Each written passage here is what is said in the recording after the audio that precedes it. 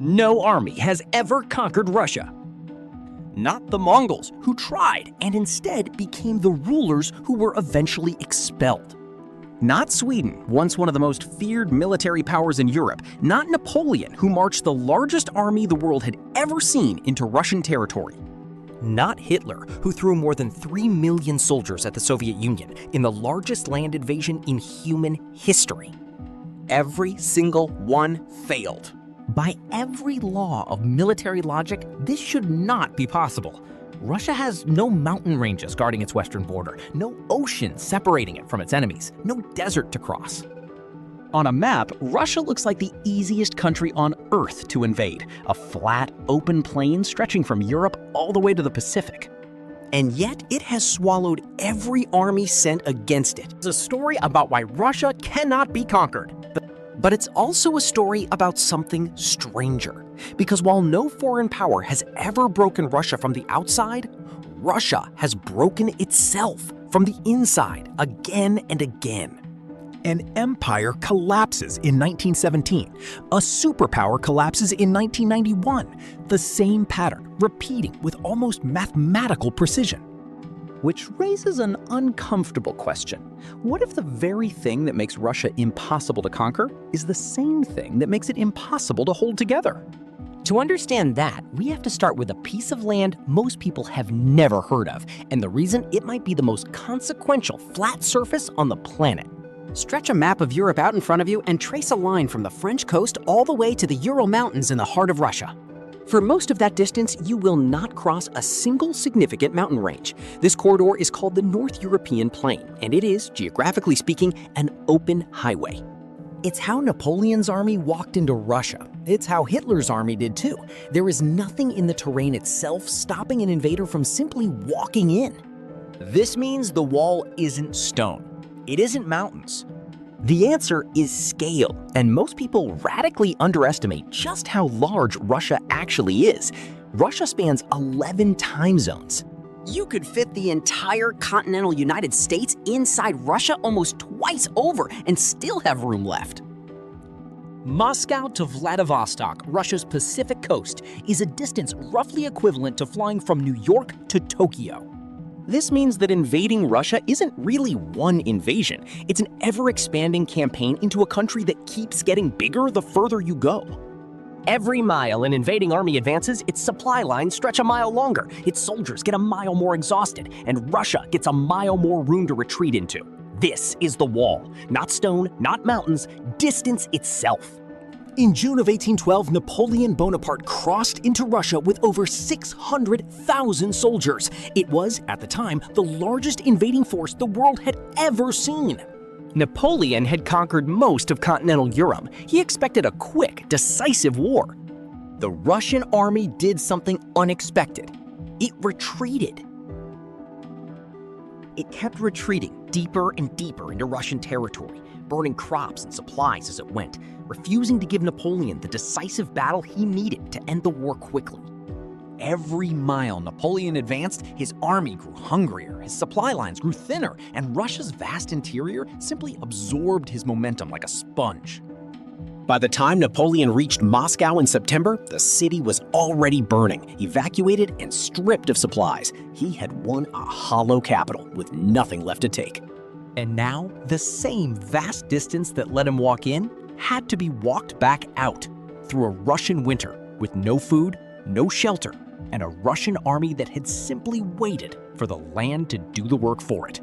Of the more than 600,000 men who marched into Russia, fewer than 100,000 marched back out. You'd think that lesson would echo for over a century. It didn't. In June of 1941, Adolf Hitler launched Operation Barbarossa, sending over 3 million soldiers across a front stretching nearly 2,000 miles, the largest land invasion in history. The German military was the most technologically advanced fighting force on the planet. Hitler expected Moscow to fall in weeks. The same pattern repeated, almost beat for beat.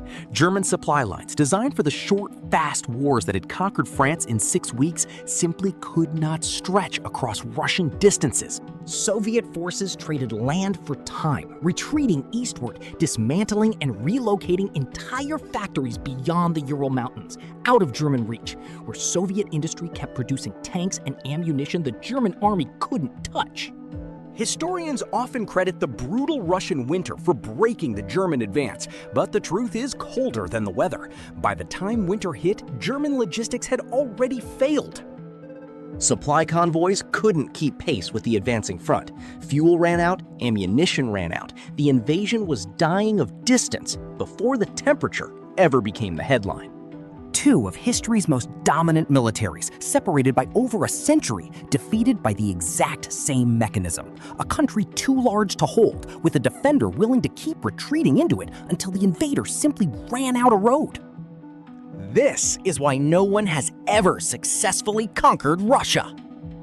But this is also where the story gets strange, because this is where everything changed. Here's the paradox. If Russia's size makes it unconquerable, why has Russia spent the last 300 years almost constantly expanding, absorbing buffer states, fighting wars far beyond its own borders? The answer lies in a vulnerability hiding inside the strength. Russia has no natural defensive border in the west, no mountain range, no wide river, nothing that would force an invading army to fight at a serious disadvantage before even reaching Russian heartland. So for centuries, Russian strategy has followed a consistent logic. If you don't have a wall, build one out of territory. Expand outward.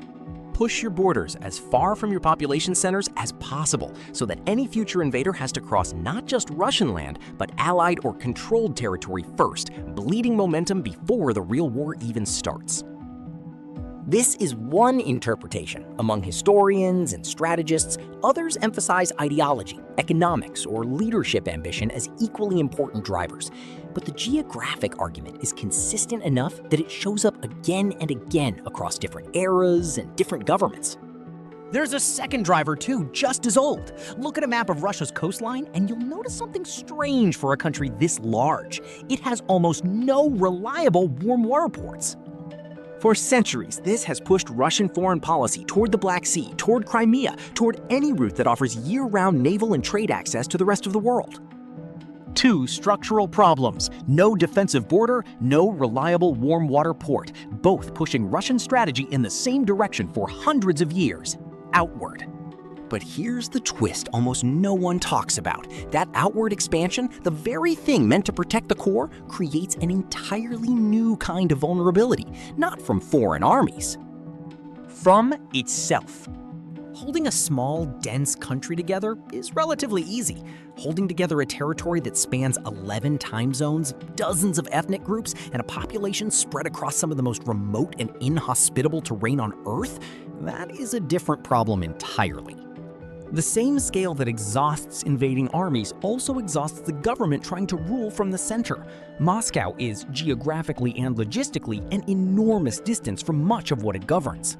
This isn't a flaw that shows up occasionally. It's a structural feature that has shaped Russian and Soviet governance for centuries, and it tends to produce the same outcome under enough pressure.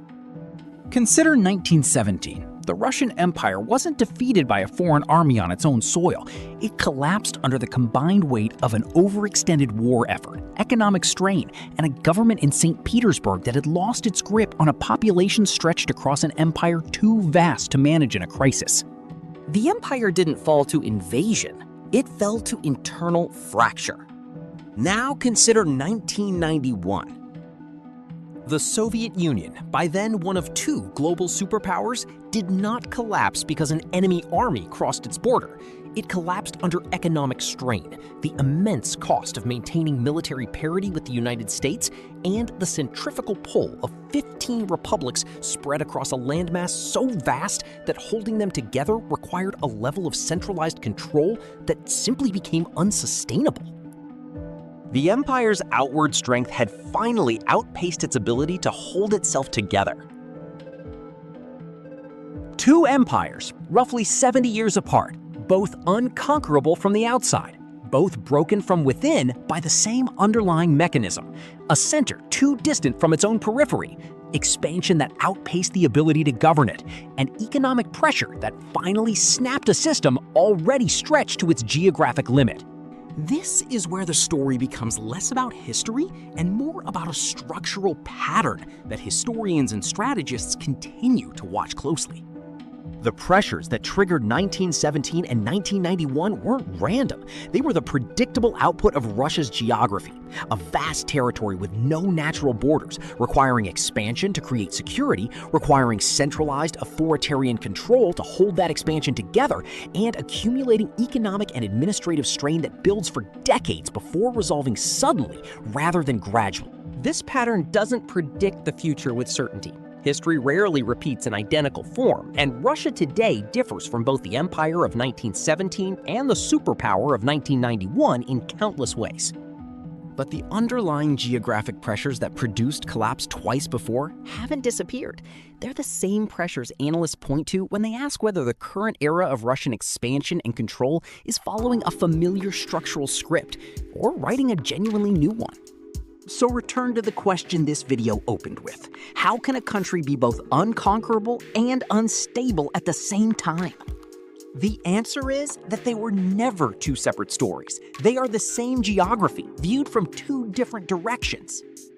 A landmass too vast for any army to cross and hold is also a landmass too vast for any government to comfortably govern. The same distance that exhausts Napoleon and Hitler also exhausts Moscow's grip on its own periphery. The same lack of natural borders that forces outward expansion for security also forces a level of centralized authoritarian control that becomes harder to sustain the larger the empire grows. The strength and the fragility are not contradictions. They're the same mechanism, pointed in opposite directions. This is what makes Russia one of the strangest geographic stories on Earth. Not a fortress, not a house of cards. Something closer to both at once. A country whose map has made it almost impossible to defeat from the outside and almost guaranteed, sooner or later, to face its greatest threat from within. Which leaves one question still open. Is this a permanent sentence written into the land itself?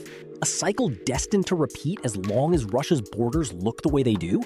Or is it possible for a country to eventually outgrow the geography that built it? If